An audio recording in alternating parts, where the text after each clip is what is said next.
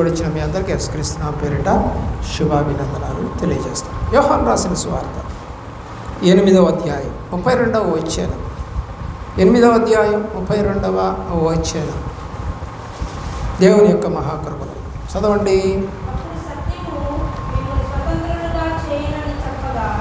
చాలు. ఎవరు స్వతంత్రులుగా చేస్తారు? సత్యం. మరి అదే మాటను మనము 17వ అధ్యాయం 17వ వచనానికి వెళ్ళండి. 17వ అధ్యాయం 17వ వచనం. సత్యము స్వతంత్రులుగా చేస్తుంది. ఆ సత్యం ఎవరు? చదవమ్మా. నీ వాక్యమే సత్యం. ఎందుకని తడబడతా ఉన్నారు మీరు? వాక్యం అర్థం చేసుకోవట్లేదా మీరు? పై వాక్యం ఏం చెప్పామంటే సత్యము మిమ్ములను స్వతంత్రులుగా చేస్తుంది. సత్యం అంటే ఏంటంటే దేవుని యొక్క వాక్యం. నీ దగ్గర దేవుడు వాక్యం ఉన్నప్పుడు నువ్వు స్వతంత్రాలుగా, అంటే అపవాదిని ఎదిరించే శక్తి కలిగిన వ్యక్తిగా ఉన్నావా? అంటే ఒక ఖడ్గం నీ దగ్గర ఉంది, వాక్యం అనే ఖడ్గం. మరి నీవు పాపాన్ని ఖండించగలుగుతున్నావా? తొలగించగలుగుతున్నావా? ఆలోచించకుండా ఉండగలుగుతున్నావా? మళ్ళా బానిసత్వంలోకి వెళ్ళిపోతున్నావా? పూర్వపు పద్ధతిలోకి, అంటే రక్షణ పొందకముందు ఎలాగైతే ఉన్నావో అలాగే వెళ్ళిపోవాలనుకుంటున్నావా? మళ్ళా దాస్యం అనే కాడి కిందకి వెళ్ళిపోతావా? ఆలోచన చేయవలసిందిగా కోరుతా ఉన్నాం. మరి ఇక్కడ మనం చూసినట్లయితే 8వ అధ్యాయంలోనే 34వ వచనము.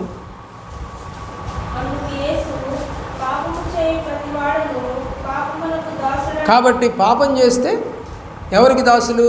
పాపానికి దాసులు. చదువమ్మా.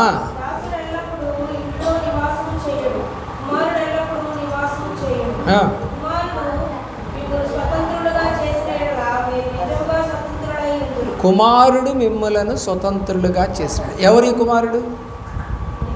యేసు ప్రభు. ఈ కుమారుడు మిమ్మల్ని స్వతంత్రులుగా చేస్తే, ఒకసారి యేసుని గారు మెసేజ్ సాక్ష్యం చెప్తూ ఇక చనిపోతాడు. ఒక 4-5 సంవత్సరాలు చనిపోతాడు.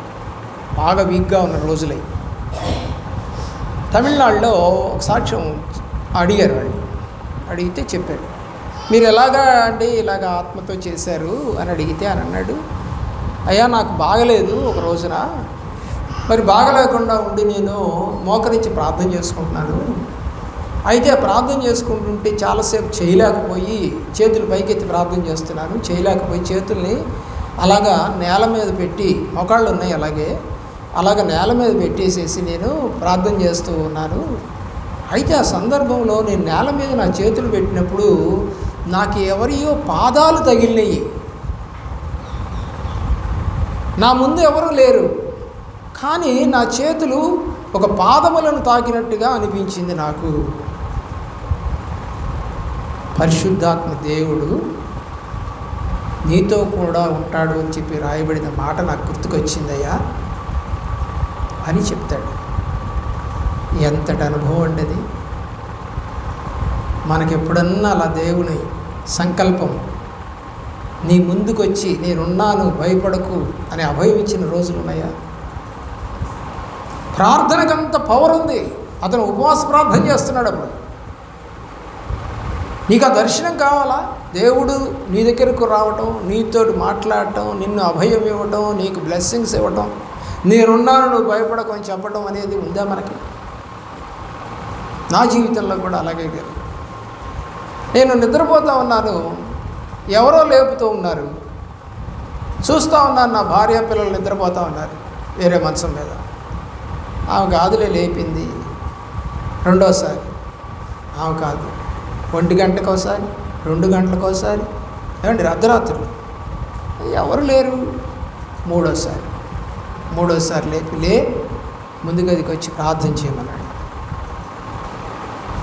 అప్పుడు వచ్చిన దర్శనమే ఈ 4 సంఘాల దర్శనం. అప్పటికి నేను రక్షణ పొంది 4-5 ఏళ్ళు అవుతుంది. ప్రభువుతో మాట్లాడటం అనేది నేర్పించారు మాకు సేవకులు. ఒంటరి ప్రార్థన చేసుకో, దేవుడు నీతో మాట్లాడతా. అసలు దేవుడు నన్ను లేపి ప్రార్థన చేయమని అంటున్నాడు. అంటే నేను ఎంత ఇష్టమైతే ఆయన లేపి ప్రార్థన చేయమంటాడు. ఆ అనుభవంలోకి నువ్వు రావాలి. నిజమైన స్వాతంత్ర్యం ఎవరిస్తారంటే ప్రభువారే ఇచ్చేది. మరొక వాక్యాన్ని మనము జ్ఞాపకం చేసుకుందాం. 8వ అధ్యాయంలోనే 31, 32 వచనాలు చదవండి.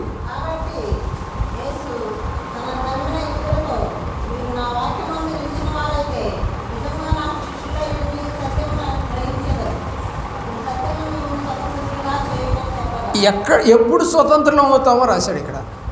నా వాక్యములో మీరు నిలిచి ఉంటే. నిలవని వాళ్ళకి లేదు, స్వాతంత్రం లేదు. ఎవరికి బానిసలు అవుతాం? అప్పుడు సాతానికి బానిసలు అయిపోతాం, అపవాదికి బానిసలు అయిపోతాం. కార్యములు చేసేవారిగా ఉంటాం, అపవాది కార్యాలు చేసేవారికి ఉంటాం. స్వతంత్రత, ప్రభువులో స్వతంత్రత కోల్పోతాము. అపవాదికి మనము తొత్తులుగా మారిపోతాం. రాజకీయ నాయకులకు తొత్తులుగా మారినట్టుగా అపవాదికి తొత్తులుగా మారిపోతాం. దేవుని యొక్క ప్రేమ. 14వ అధ్యాయము 6వ వచనం. 14వ అధ్యాయము 6వ వచనం. యోహాను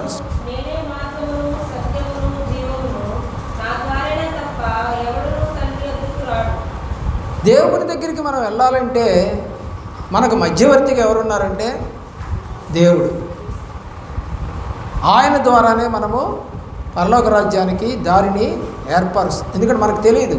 ఇప్పుడు ఆ సేవకుడు చర్చికి రావాలి, తెలియలేదు, దారి తెలియలే. అలాగా నీవు కూడా ఉంటే నీకు దారి తెలియదు పోవటానికి. ఆ దారి చూపించే ఆయన్ని నేను అని దేవుడు చెప్తున్నాడు. అంటే పాపములో నుండి పరలోక రాజ్యానికి దారిని మన కొరకు ఏర్పాటు చేయి దేవుడు. హల్లెలూయా. గలతీ పత్రిక 5వ అధ్యాయం 1వ వచనం. గలతీ పత్రిక 5:1. ఇక్కడ స్వాతంత్రం ఎలా వస్తుందో రాసి ఉన్నాడు.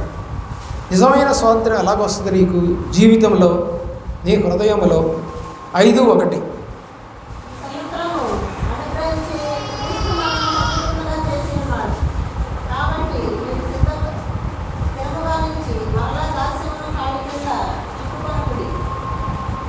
ఎలాగంట? కృప ద్వారా మాత్రమే మనము స్వతంత్రులుగా మారుతాం. కాబట్టి మళ్ళా ఏం కాకూడదు అన్నాడు? దాస్యం అనే కాడి కిందకి వెళ్ళండి. ప్రభువులోకి వచ్చారు, ఇక మళ్ళా పాపం చేయబాకండి. రాకముందు మునుపు చేశారు, ఆ యొక్క దినాలే చాలు, ఇకొద్దు. దేవుని యొక్క ప్రేమలో ప్రియులారా ఆలోచించేయండి. ఎఫెసీయులకు రాసిన పత్రిక 2వ అధ్యాయం 8, 9 వచనాలు.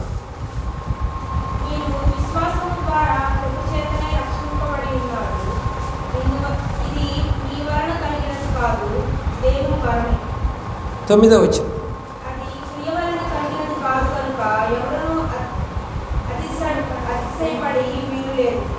దేవుని ప్రేమించిన ప్రియులారా, వాక్యమును అస్పష్టముగా చదవకూడదు. ఫస్ట్ అది నేర్చుకోండి. మీరు మందిరానికి వచ్చే ముందే ప్రార్థన చేసుకోండి. ప్రభువా, ఒకవేళ వాక్యం చదవమంటే స్పష్టంగా చదవడానికి నాకు శక్తిని, తలంపుని, నా నాలుకను నీ స్వాధీనంలో ఉంచుకో అని ప్రార్థన చేసుకో. ప్రతిదానికి ప్రేరేరండి. నేను నేర్చుకుంది అయితే నువ్వు దాన్ని నేర్చుకుంటే నీవు కూడా శక్తిని పొందుతావు. కాబట్టి విశ్వాసము ద్వారానే మనము ఈ యొక్క స్వాతంత్రాన్ని పొందగలుగుతాం. కొరింథీయులకు రాసిన 2వ పత్రిక 3వ అధ్యాయం 17వ వచనములో, 3వ అధ్యాయము 17వ వచనములో, కొరింథీయులకు రాసిన 2వ పత్రిక. త్వరగా చదవండి.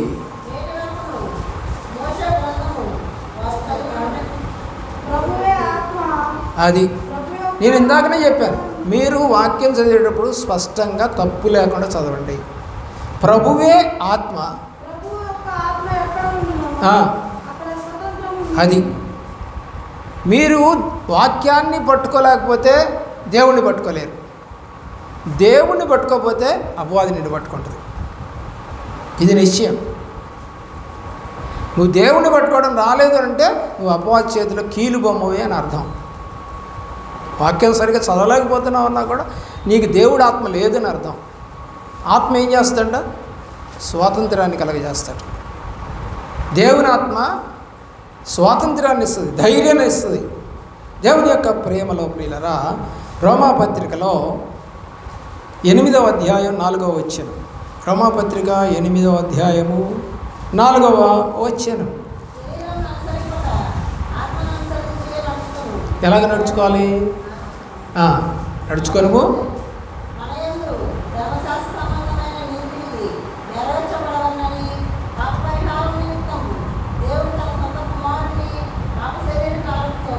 కాబట్టి ఇప్పుడు నీకు ఆ వాక్యం చదువుతుంటే స్వాతంత్ర్యం ఎలా వస్తుంది అనిపిస్తుంది? విశ్వాసము ద్వారానే, ఆత్మ ద్వారానే. ప్రియులారా, రక్షణ అనేది దేవుడిస్తాడు, మానవులు ఇచ్చేది కాదు. ఇది 2 కొరింథీ పత్రిక 5వ అధ్యాయము 17వ వచనంలో రక్షించబడాలి అంటే స్వతంత్రించబడాలి నువ్వంటే పాతవి గతించాలి. ఏముంటుంది అక్కడ వాక్యం?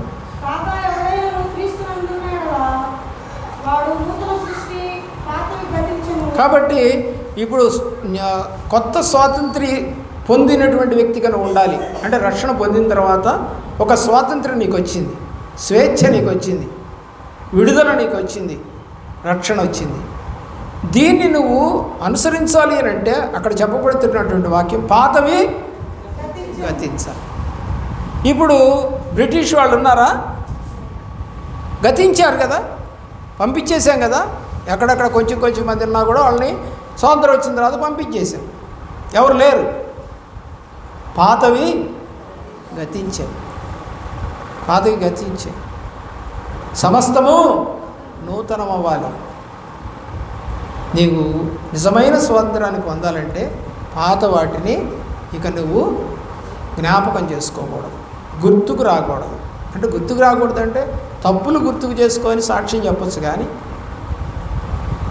కోపాన్ని, అసూయను, పగను గుర్తు చేసుకొని ఇప్పటికీ కూడా మాట్లాడకుండా ఉంటాం, చూడకుండా ఉంటాం, పట్టించుకోకుండా ఉంటాం, మా వాళ్ళు కాదులే అంటాం, వాళ్ళకి మాకు పడదలే అంటాం. ఇట్లాంటివి చేస్తున్నారు అని అంటే మీకు పాతవి గతించలేదు, అంటే నిజమైన స్వాతంత్రం రాలేదు. ఆలోచన చేయవలసిందిగా కోరుతా ఉన్నాం. రోమాపత్రిక 8వ అధ్యాయం 2వ వచనం. పాప మరణముల నుండి విడుదల చేస్తూ ఉన్నాడు ప్రభువారు. 8వ అధ్యాయం 2వ వచనం.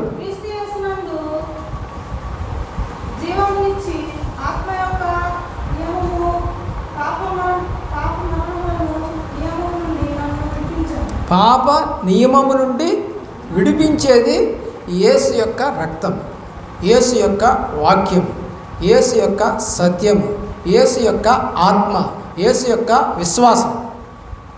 పాప మరణముల నుండి నిన్ను రక్షిస్తుంది. ఎవరి వల్ల కాదు, భూమి మీద ఉన్నటువంటి వాడు ఎవరి వల్ల ఇది కాదు, చేత కాదు, చేయలేరు. ప్రభువు వల్ల మాత్రమే జరుగుతుంది. రక్తము ద్వారానే అది సాధ్యం, ఆయన రక్తం ద్వారానే.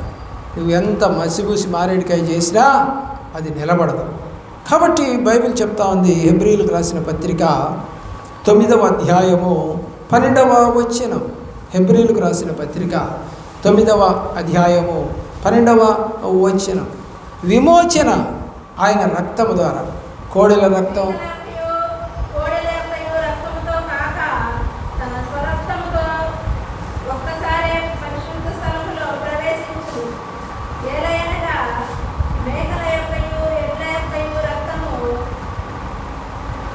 దేవుని ప్రేమిస్తున్న ప్రియులరా, ఆ వాక్యంలో ఉన్న సత్యం ఏంటంటే నీకు ఈ లోక సంబంధమైనవి ఏది విమోచించదు, యేసు రక్తం మాత్రమే నిన్ను విమోచిస్తుంది అని చెప్పి రాస్తా ఉన్నాడు.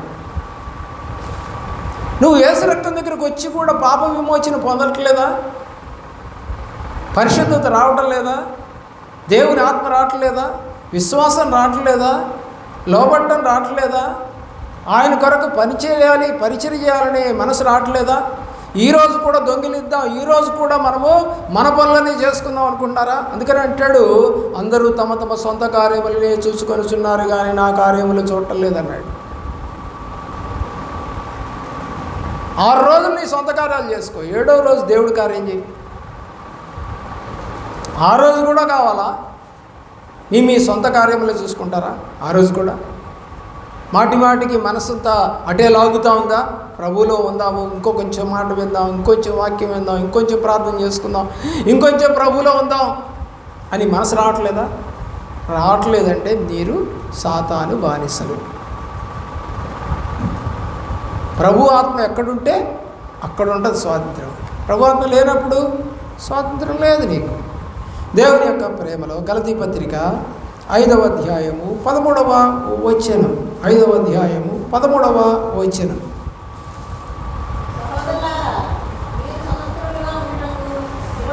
ఎలాగండాలని పిలువబడ్డాడు? ఎక్కడ స్వతంత్రులుగా? పాపంలోనా దేవుళ్ళోనా? మరి మనం దేవుళ్ళో లేకుండా లోకంలో స్వతంత్రత కలిగిన వారిగా నటిస్తున్నాం ఎందుకని? కానీ దేవుడు చెప్తుంది ఏంటంటే, మిమ్మల్ని ఎందుకు పిలిచానంటే, నేను నా దగ్గర, నాలో, నా యొక్క సన్నిధిలో మీరు స్వతంత్రులుగా ఉండాలి.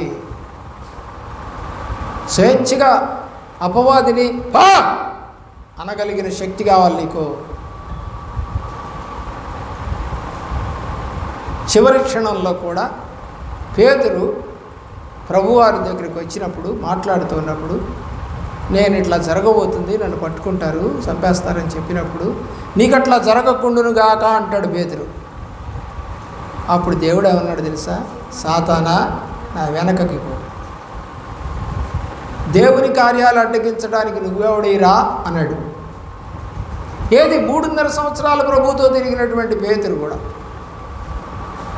నువ్వు 3 కన్నా ఎక్కువే అయినా కూడా ఈ రోజుకి కూడా ఆ సాతాను మనసే నీకుండి ప్రభుతో పేతురు మాట్లాడినట్టుగా సేవకుడితో నువ్వు మాట్లాడుతూ ఉన్నావేమో.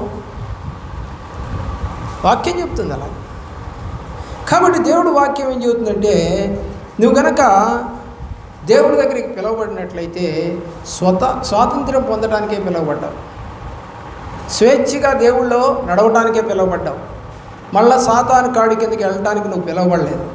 అయితే మరి దేవుళ్ళో స్వాతంత్ర్యం పొందిన వారు ఏమి పొందుకుంటారు, ఏమొస్తాయండి? గలతీ పత్రికే 5వ అధ్యాయం 22వ వచనం, 23వ వచనం.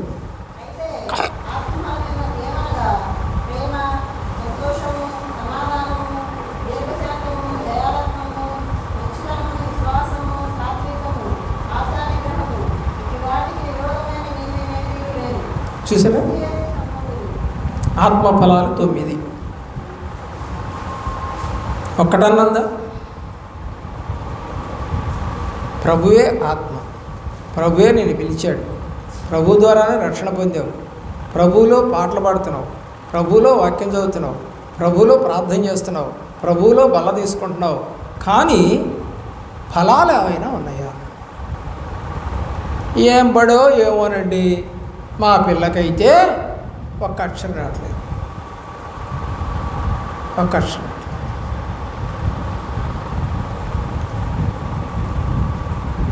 దావీదు నాతాను చెప్పిన మాట వినను అనే మాట ఉంది బైబిల్లో. సంఖ్యాకాండం సమూయేలు 2వ గ్రంథం 12వ అధ్యాయం. ఒక అమ్మాయిని చదవమన్నారంట. దావీదు సాతాను మాట వినను అని జరిగిందంట. నా కాస్త దానికి ఎట్ట కనపడిందంట? చాలా కనపడిందంట. అందరూ పక్కున్న వేరు సంఘంలో. ఏంది నవ్వుతారు అని అంటే, నేను బాగానే చదివానుగా అని చూస్తూ ఉందంట వాళ్ళకి. కాదే, నువ్వు చదివింది నాతానని చదవకుండా సాతానని చదివావు అని. దేవుని ప్రేమిస్తున్న ప్రియుల, వాక్యాన్ని నువ్వు సరదాగా చదవకు, ఇష్టం వచ్చినట్టు చదవకు, భయముతో వణుకుతో. ఇందాక 2వ కీర్తనలో మనం చదివాం. ఏమనుందంట ఆ మాటలో? ప్రభువు దగ్గర భయపడుతూ గడగడ వణుకుచు ఆయనను ముద్దు పెట్టుకుని, లేకపోతే ఆయనకు కోపం వచ్చును అని రాసిందిగా. చదివావుగా ఇందాక? గుర్తుకు రాదా వాక్యం? కాబట్టి దేవుడి దగ్గరికి వచ్చిన నీవు భయపడుతూ ఆయన్ని ముద్దు పెట్టుకోకపోతే ఆయనకి కోపం వస్తుంది. నీ ఇష్టం వచ్చినట్టు చదివితే కోపం వస్తుంది, నీ ఇష్టం వచ్చినట్టు ప్రవర్తిస్తే కోపం వస్తుంది, నీ ఇష్టం వచ్చినట్టుగా మాట్లాడితే కోపం వస్తుంది, లోబడే తత్వం లేకుండా ఉంటే కోపం వస్తుంది.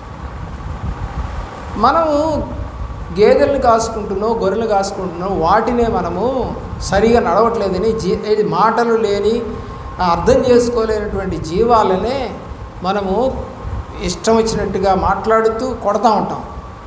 ఎందుకనంటే ఇంటలేదు నా మాటని. ఏంటి నోరు లేని జంతువులు నీ మాటలు లేదని కొడతా ఉంటే నోరున్నటువంటి జంతువుగా నువ్వు ఉండి దేవుని మాటలు వినకపోతే నిన్ను కొట్టద్దా?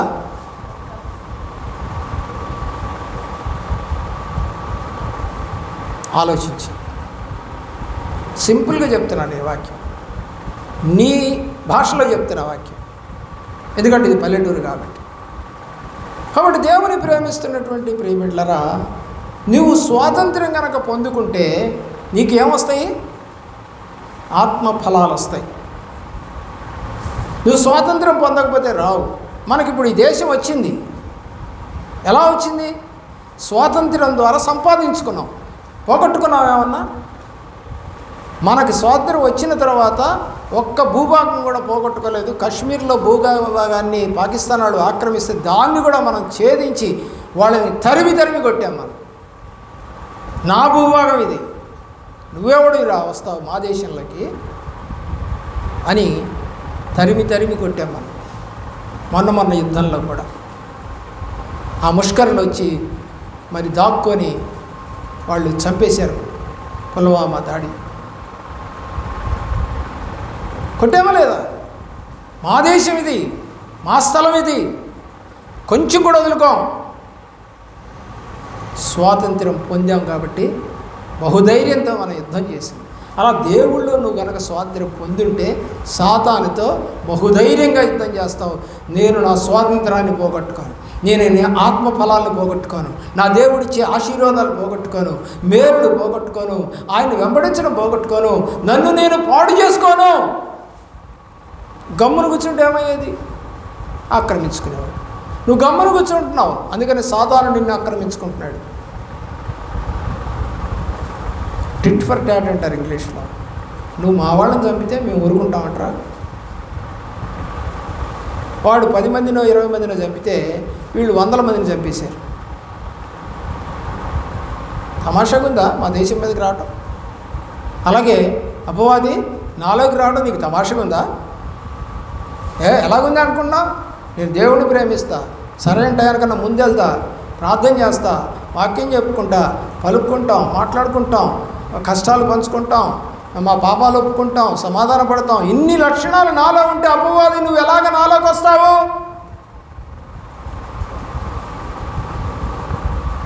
స్థలం లేదు, హృదయంలో వాడికి స్థలం లేదు.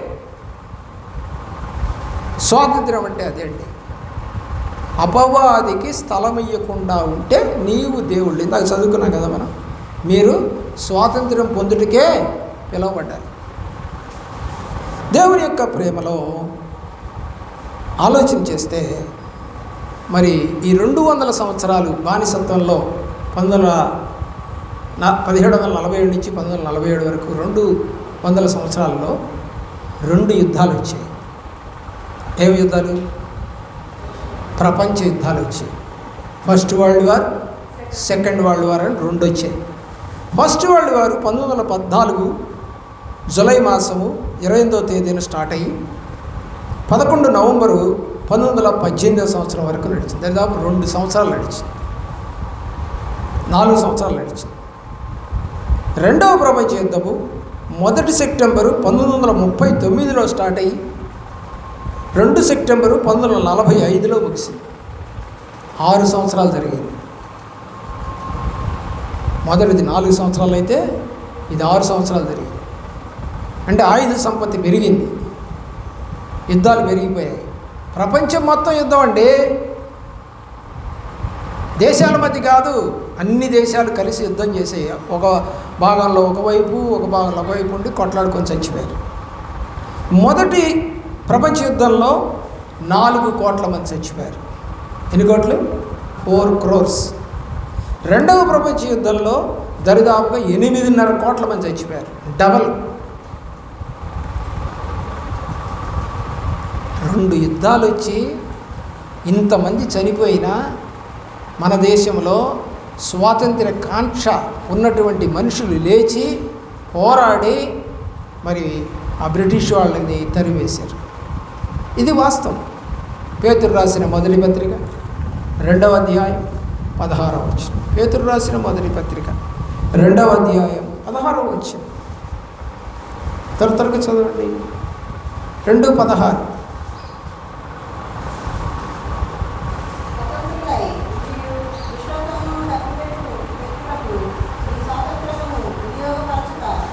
దుష్టత్వాన్ని కప్పిపెట్టుకోవడానికి స్వాతంత్రాన్ని ఉపయోగించకూడదు. స్వతంత్రులై ఉండాలి. మనం చదవము, కంప్లీట్ చేయి.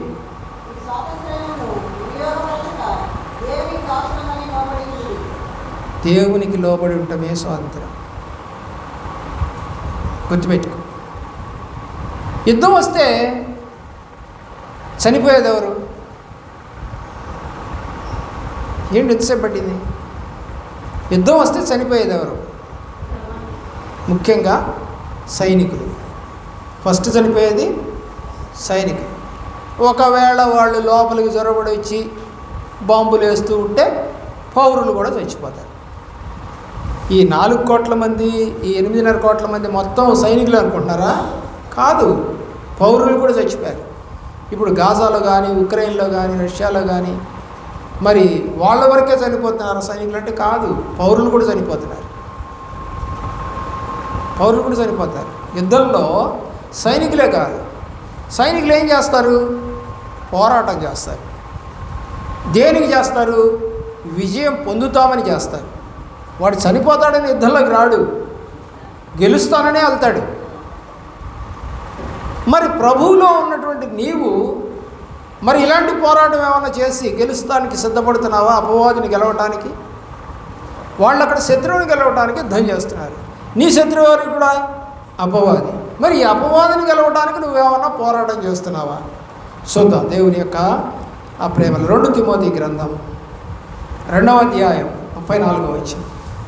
2 తిమోతి గ్రంథం 2:34. త్వరగా చదవండి. 2 తిమోతి 2వ అధ్యాయము 3-4 వచనాలు. 3-4 వచనాలు.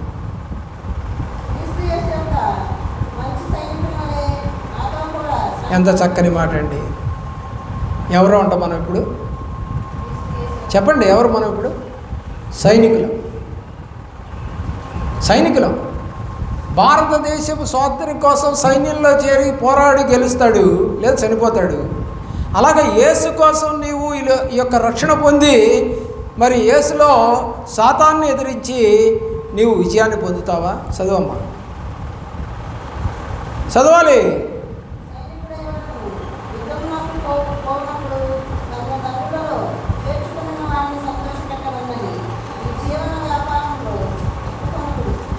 ఏ గొణుగుతావే? ఎవరు నేర్పారు ఈ గొణుగుడు నీకు? వాక్యాన్ని స్పష్టంగా చదవలేకపోతే ఎవరికి అర్థమవుద్ది? క్రీస్తు యేసునందున్నటువంటి మనము మంచి సైనికులలాగా పోరాడాలి. జట్టి అయిన వాడు ఏం చేస్తాడంట? మంచి పోరాడతాడు.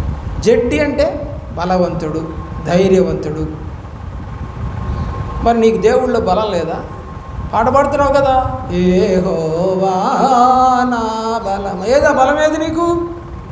అపవాదిని ఎదిరించే బలం, స్వాతంత్రాన్ని పొందుకునే బలం, ఆత్మను పొందుకునే బలం, అపవాదిని వెనక్కి నెట్టేసే బలం, కొత్త వారిని సమకూర్చే దళంలోకి ఏం చేస్తారండి? చనిపోయినప్పుడు సైనికులు కొత్త వాళ్ళని చేర్చుకుంటారా? రిక్రూట్మెంట్.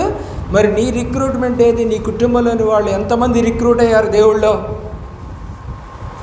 ఎన్ని సంవత్సరాలున్నా నీవు సరైన పోరాటం చేయట్లేదా? అంటే జట్టి అయిన వారు కాదా మీరు? కత్తులు లేకుండా యుద్ధానికి వెళ్తున్నారా? కత్తి అంటే ఇక్కడ వాక్యం. కత్తులు లేకుండా యుద్ధానికి వెళ్తే నువ్వు చచ్చిపోకుండానే ఉంటావు. ఎందుకంటే చచ్చిపోయినట్టుగా నటిస్తావు. అవతలవాడు కాలుస్తున్నాడు, నీ పక్కన వాళ్ళు చచ్చిపోయారు, నన్ను కూడా కాలుస్తాడు, ఎందుకు చచ్చిపోయినట్టు పడుకుందాం అనుకుంటావు. నీలో ఏం లేదు? ధైర్యం లేదు, నీలో బలం లేదు. నువ్వు ఒక డమ్మీ క్యాండిడేట్. యేసులో డమ్మీ క్యాండిడేట్లు ఉన్నారు, సైన్యంలో కూడా డమ్మీ క్యాండిడేట్లు ఉంటారు, పిరికి వాళ్ళు ఉంటారు. అంతా బాగుంటే బాగానే ఉంటాం, యుద్ధానికి వెళ్ళినప్పుడే తెలుస్తుంది నీ బతుకంతా. అంతా బాగుంటే బాగానే ఉంటాం, నీ కుటుంబంలో కష్టాలు వచ్చినప్పుడే తెలుస్తే నీ బతికెంత, నీ రక్షణ ఏంటో, నీ స్వాతంత్ర్యం ఏంటో, నీ బలం ఏంటో, నీ విశ్వాసం ఏంటో, నీ నడక ఏంటో, నీ లోబడే తత్వం ఏంటో అన్నీ బయటకు వస్తాయి. కీర్తన గ్రంథము 27వ అధ్యాయము 27వ కీర్తన 3వ చరణం 27:3 చదవండి త్వరగా.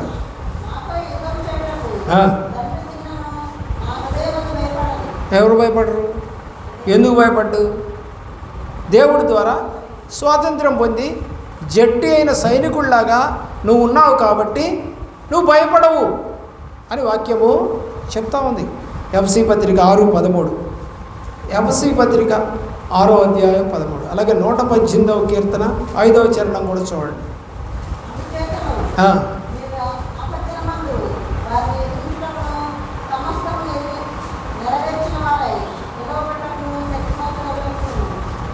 సర్వాంగ కవచమును ధరించుకునుడి.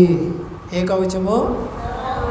ఏమండి, నా కాళ్ళు తప్పు చేసినట్టు క్షమించండి, నా చేతులు తప్పు చేసినట్టు క్షమించండి, నా కళ్ళు తప్పు చేసినట్టు, నా తలంపులు తప్పు చేసినట్టు ఒక్కొక్క దాని గురించి చెప్పాకు. ప్రతి దానికి ఏం కట్టుకోవాలంటే నువ్వు సర్వాంగ కవచాన్ని ధరించుకొని ఉండాలి. అర్థమవుతుందా? ముఖానికి కూడా మాస్క్ పెట్టుకొని, అంటే ఒక షీల్డ్ పెట్టుకొని యుద్ధానికి వెళ్తారు. ఎందుకంటే తలకాయ కూడా తగలొచ్చు. కళ్ళు మాత్రమే కనపడేట్టుగా పెట్టుకునే కవచాలు ఉన్నాయి మనకి. సర్వాంగ కవచం అన్నాడు దాన్ని. అంటే నీ కాళ్ళు తిరగకుండా నీ కాళ్ళకి కవచం, నీ చేతులు పాపాన్ని ముట్టుకోకుండా చేతులకు కవచం, నీ హృదయమును ఎవడు తాకకుండా. ఏమంటే ఎవడన్నా రొమ్ము మీద గుద్దాడు ఒక స్త్రీని, తప్పు కదా. అంటే నీకు తగలకుండా నువ్వు ఒక కవచాన్ని ధరించుకొని ఉంటే నీకు అది తరగలదుగా, ఆ స్పర్శ నీకు తెలియదుగా. పిల్లలు ఆలోచించి ఈ రోజుల్లో దేవుడి కన్నా కూడా అపవాది కవచాన్ని ధరించుకొని తిరిగేవాళ్ళు ఎక్కువైపోయారు. దేవుడి కవచం ధరించుకోవాలి. దేవుడు ఏమంటున్నాడు? నా నిమిత్తం మీరు సర్వాంగ కవచాన్ని ధరించుకోండి. అప్పుడు దుష్టుడు కింద అంటాడు, అపవాది వేయు, చదవండి కింద నామకం చూస్తే వస్తుంది, అపవాది వేయు అగ్ని బాణములు అన్నాడు. ఏం వేస్తాడంటాడు? చదువు, కనపడలేదా నీకు? ఆ భాగంలోనే 13వ వచనం కింద అపవాది వేయు అగ్ని బాణములను ఎదిరించగల సామర్థ్యం కలిగి ఉండాలి. నువ్వు వాక్యం పట్టుకోవడం రాలా ఈరోజు వరకు.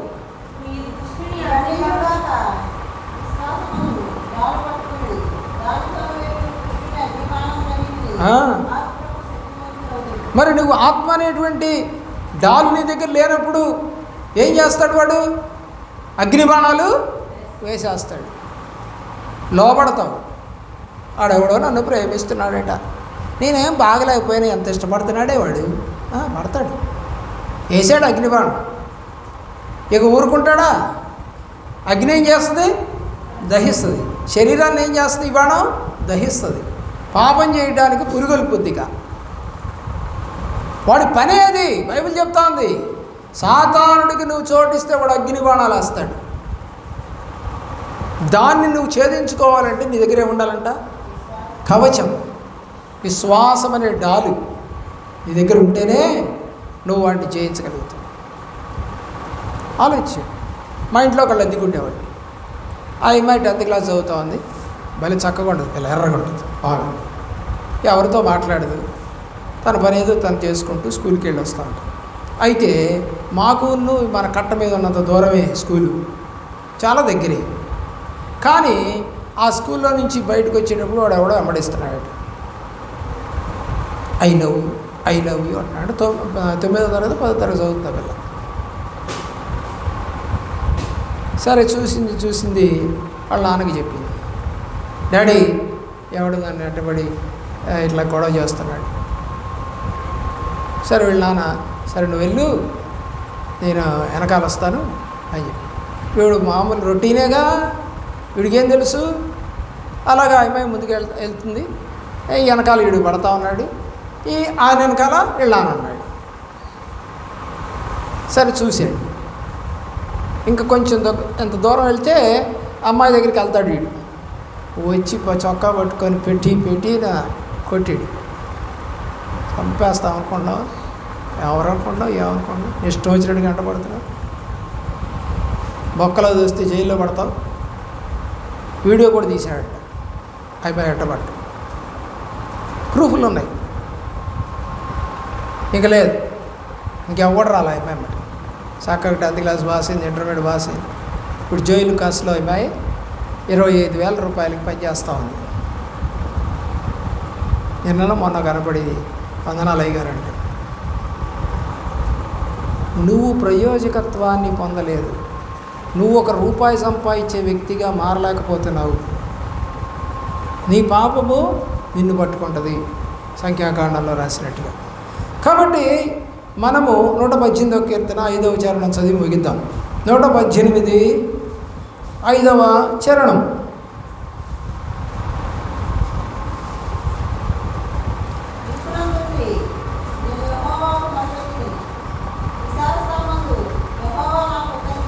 ఏం చేయాలి? నువ్వు దేవుడు ఆత్మ కలిగి ఉంటే మొర పెట్టడం నేర్చుకోవాలి.